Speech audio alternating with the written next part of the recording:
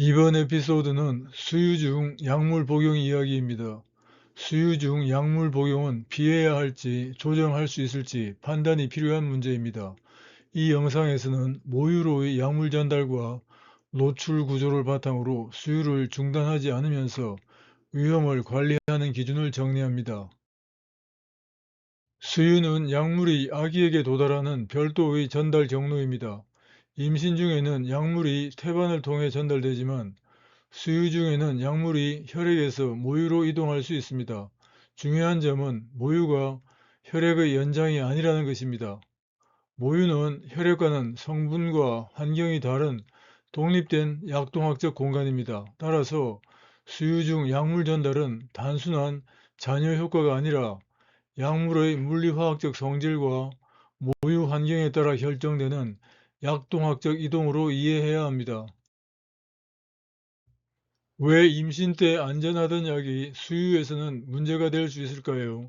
그 이유는 같은 약이라도 아이에게 노출되는 방식이 전혀 다르기 때문입니다. 여기서 가장 중요한 변화는 약을 처리하는 주체가 바뀌었다는 점입니다.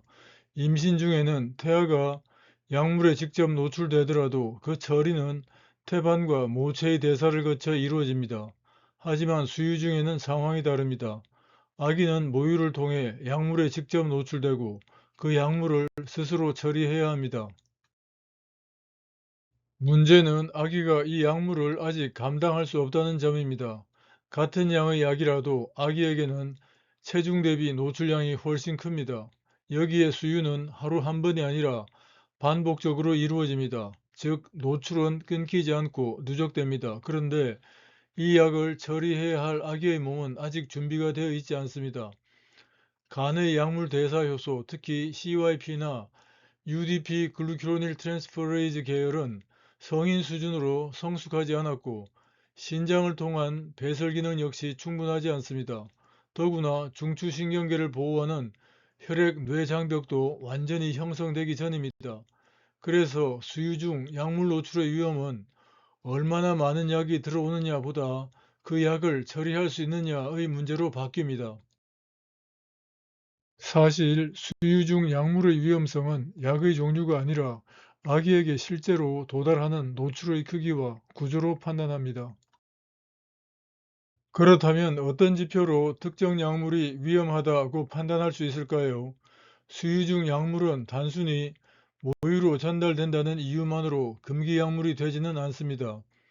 핵심은 그 약이 아기에게 도달했을 때 얼마만큼의 효과를 가지느냐입니다. 이를 판단하기 위해 사용하는 지표가 상대 유아 복용량, Relative Infant Dose, 즉 RID입니다. RID는 아기가 모유를 통해 실제로 받는 약물의 양을 산모가 복용한 용량과 비교해 비율로 나타낸 지표입니다. 즉, 엄마가 먹은 약 중 아기는 몇 퍼센트를 받는가를 묻는 지표입니다. 일반적으로 RID가 10% 미만이면 수유 중 사용이 가능하다고 보고 1 내지 3% 수준에서는 임상적 문제가 거의 보고되지 않습니다. 그러나 같은 계열의 약물이라도 수유 중 위험성은 서로 다를 수 있습니다. 그 이유는 약물의 이름이나 계열이 아니라 혈액에서 모유로 어떻게 이동하느냐가 다르기 때문입니다. 이 판단에 사용되는 핵심 도구는 네 가지입니다. 플라즈마 모유 비율, 이온 트래핑, 지용성, 그리고 약물의 혈장 단백 혈압률입니다. 이 특성들에 따라 어떤 약은 혈액에 남고 어떤 약은 모유로 더 많이 이동하게 됩니다. 그래서 임신 중에는 괜찮던 약이 수유 중에는 문제가 될 수도 있습니다. 플라즈마 모유 비율, 즉 MP 레이시오는 약물이 혈액에 비해 모유에 얼마나 상대적으로 더 많이 존재하는지를 보여주는 지표입니다. 쉽게 말하면 혈액 속 약물이 모유로 얼마나 잘 이동하는가를 나타냅니다. MP 비율이 낮으면 약물은 주로 혈액에 머물고 모유로 이동은 제한적입니다. MP 비율이 높으면 약물이 모유로 더 쉽게 이동하거나 모유 안에 상대적으로 더 많이 존재할 수 있습니다. 예를 들어 같은 SSRI 계열이라도 세르트랄린은 MP 비율이 낮은 편인 반면 플루옥세틴은 상대적으로 높아 수유 중에는 더 주의가 필요합니다. 지용성이 높은 약물은 지방이 많은 조직으로 잘 이동합니다. 모유는 상대적으로 지방 함량이 높기 때문에 지용성 약물은 모유에 더 잘 섞일 수 있습니다. 예컨대 반감기가 길고 지용성이 높은 약물은 수유 중 축적 위험이 커질 수 있습니다. 아미오다론이 대표적인 예입니다. 이와 별개로 혈액에서 단백질에 강하게 결합한 약물은 자유롭게 이동할 수 있는 분율이 적습니다. 따라서 혈장 단백 결합률이 높은 약물일수록 모유로 이동하는 양은 제한됩니다. 즉, 같은 계열의 약물이라도 단백 결합률 차이로 수유 중 노출량이 달라질 수 있습니다. 앞서 살펴본 여러 요인 중에서 수유 중 약물 문제를 가장 자주 만드는 것은 이온 트래핑입니다. 모유는 혈장보다 대략 0.3에서 0.6 pH 단위 정도 더 산성입니다. 이 때문에 염기성 약물은 모유의 산성 환경에서 이온화되면 수동확산으로 다시 혈액으로 이동하기 어려워집니다. 그 결과 약물이 모유 안에 선택적으로 농축되는 현상이 발생합니다. 이것이 바로 이온 트래핑입니다. 예를 들어 벤조디아제핀이나 일부 항정신병 약물처럼 염기성을 띠는 약물이 이 현상이 문제가 되는 경우가 있습니다. 실제로 수유 중 사용 가능한 약물은 생각보다 많습니다. 많은 약물은 모유로 이동하는 양이 매우 적고 RID 기준에서도 안전 범위에 해당합니다.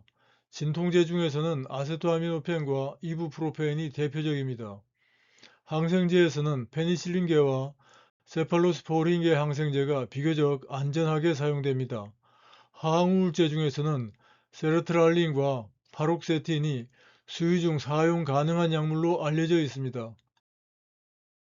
사실 여기 제시된 약물들은 서로 다른 양리학적 이유로 주의가 필요한 약물들입니다.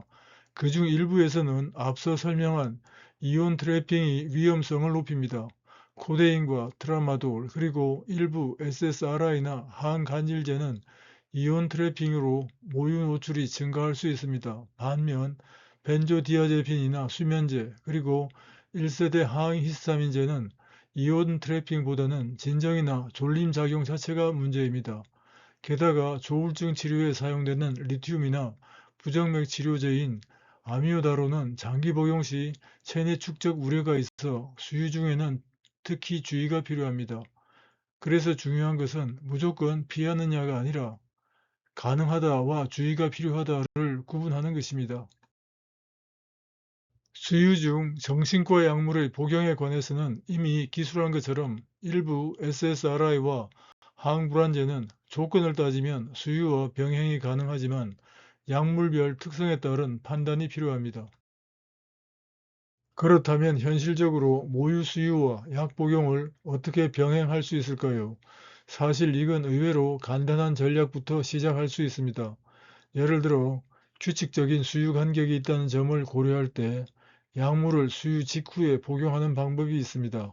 이렇게 하면 약물의 혈중 농도가 가장 높아지는 시기는 다음 수유 시간과 멀어지게 되니까 아기에 노출되는 약물의 양을 최소화할 수 있죠.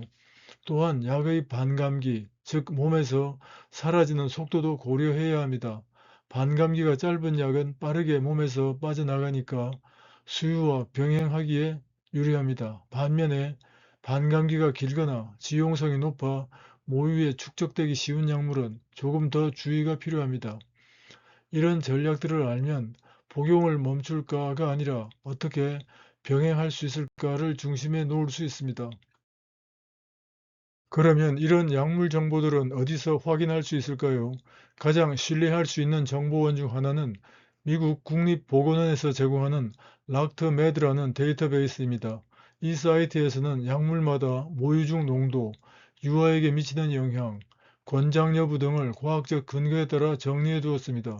또한 WHO와 미국 소아과학회도 수유 중 약물 사용에 대한 공식 권고 기준을 발표해 왔습니다.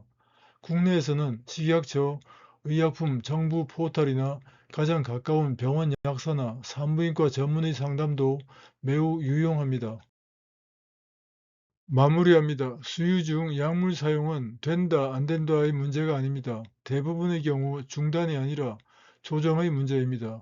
약의 특성을 알고 노출을 개선하고 필요하면 복용 방법을 조절하면 치료와 수유는 충분히 함께 갈 수 있습니다. 함께 해주셔서 감사합니다.